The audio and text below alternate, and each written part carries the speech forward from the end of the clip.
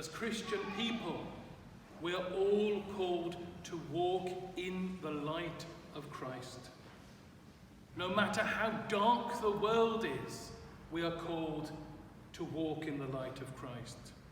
And I think we can say the darker the world is, the more we are called to walk in the light of Christ. And without being gloomy pessimists, we are surrounded by darkness. But this is nothing new.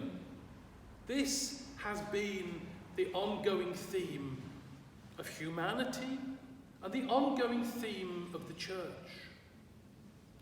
In the gospel, we heard of persecution. This is nothing new. The persecution of the Romans, the persecution of heretics, the iconoclasts, the persecution of Turks, of Arabs, of communists. And in these settings, we see that there are those who seek to destroy the church. And yet we still walk as children of light. We still walk in the light of Christ. And the gospel makes it clear to us that we, as the church and as the children of the church of Christ, will not be hidden. It may be dark, it may be gloomy, it may be violent, but we will not be hidden, because we hear that things will be made manifest, they will be shown. Of course, we hear elsewhere in the gospel that when we light a candle, we don't put it under a wooden tub. We put the candle on a candlestick so that it can give light to the world. And this comes out and is echoed in both of the readings that had light and darkness. The fact as children who walk in the light, we become this light for those around us. And that, as we're told in the gospel, that what is hidden will become manifest. This is also about light. Yesterday we celebrated the feast of the Kursk root icon of the Mother of God. And when we think about this wonder-working icon, we think of the tumultuous events of the 20th century. We think of the people of the former Russian Empire, people of many nationalities and of many languages and many cultures, who were united in their Orthodox Christian faith. And then the darkness came, and what great darkness it was. But the darkness could not stop Christians walking in the light as children of the light. The darkness may nearly have hidden them.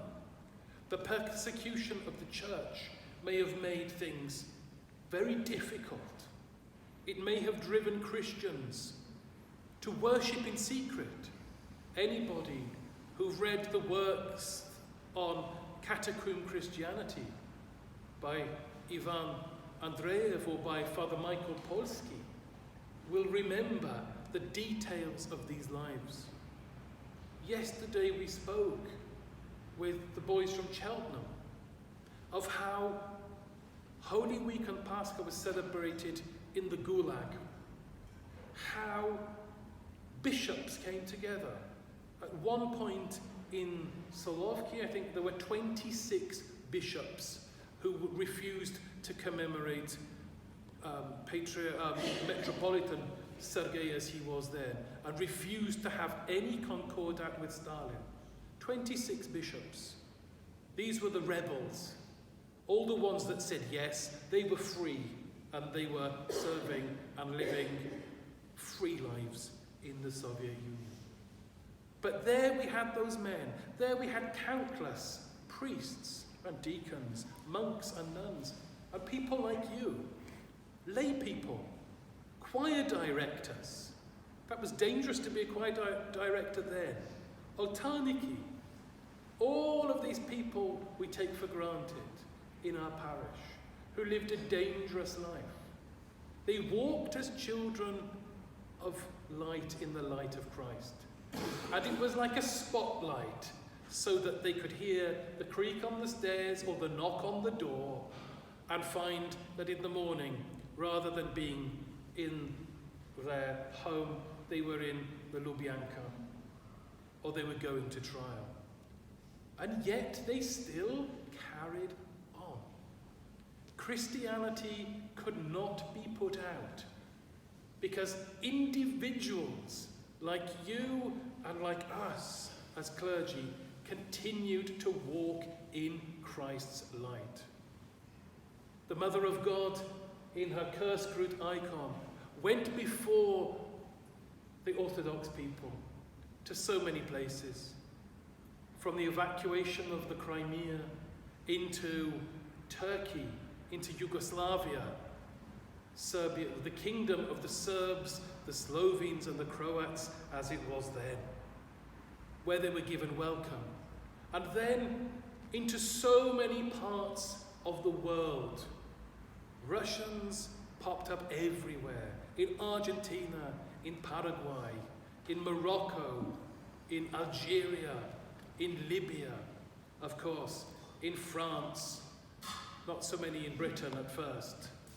They found the British very strange people. And in other places.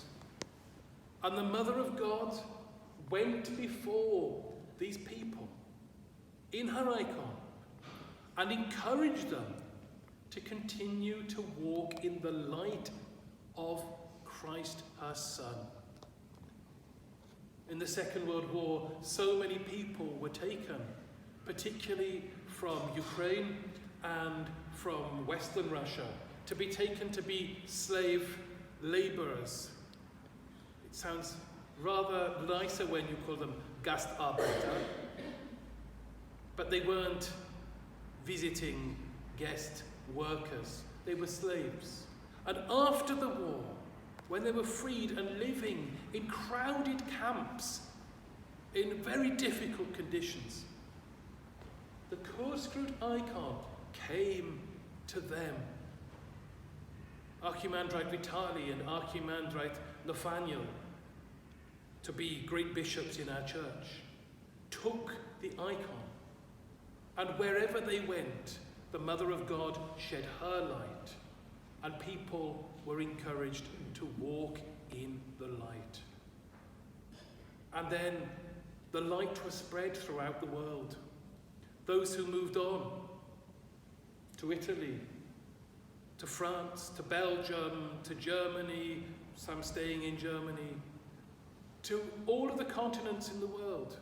Those who went the other way, to China and then to Australia and to New Zealand. All of those whom St. John the Wonder Worker took from the Philippines, having escaped the Maoists, to the United States of America. And the Mother of God, in her wonder-working icon, went before them and led them in the light of Christ. So as we contemplate these Gospels, as we think about darkness, we must think about light also.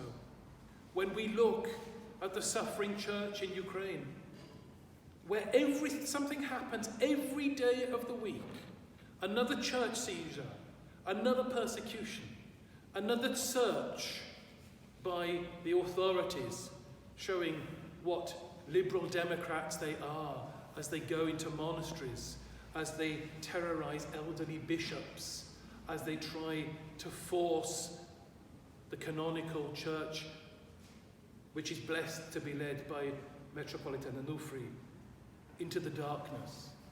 But we know the church will not be forced into the darkness. Even when the church is forced into cellars and attics and sheds and warehouses and all of the places where the church has been chased before, in labour camps, in prison camps, it never went into the darkness. Because in each of those places that it was forced, the church brought light. The people of the church brought light. They came together in the light and the joy of Christ, even though they were suffering. I often comment back to that Pascha when we couldn't have public services. And some of you were visited at home. Some of you were visited very late in the day at home as we went from place to place, taking Holy Communion and celebrating a very long Paschal day. And it seemed so dark.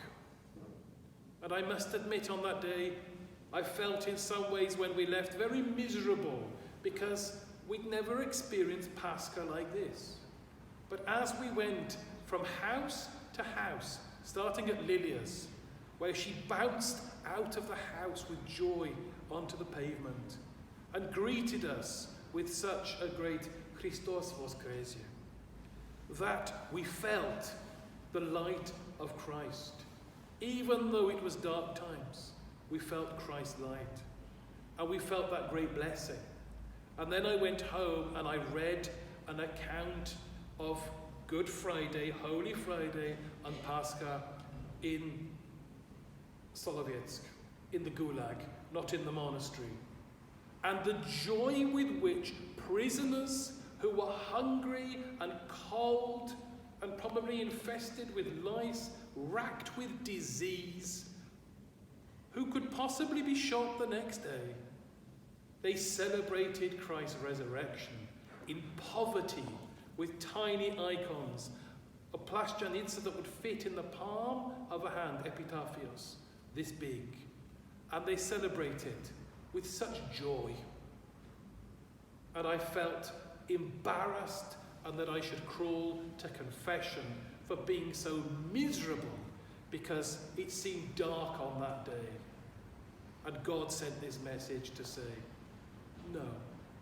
no matter how much we suffer, no matter how much our rights are taken away, no matter how much we are persecuted, the light of Christ still shines. And each of us was baptized to have the light of Christ shining within us. We're given a candle at baptism. We should be just as bright as that candle, bringing light and warmth and life to everybody. When we look now at the darkness for the Ukrainian church, we know that it won't be put out. We look at Metropolitan Onufri and we see somebody who is like a candle, burning with grace and with prayer and with holiness. And that will not change. We see the light of Christ in people who suffer, of course, not only because of the church situation, but because of the conflict. And yet we know that if we hold on to the hope and the light of Christ, the darkness will not overcome us. So for each of us, in our lives, in our families, in our work which we may like, in our work which we may not like, we have to go and try to be even the smallest flames which shed the light of Christ, and know that what is hidden now will become obvious and will become manifest, because darkness can never overcome the light of Christ. Amen.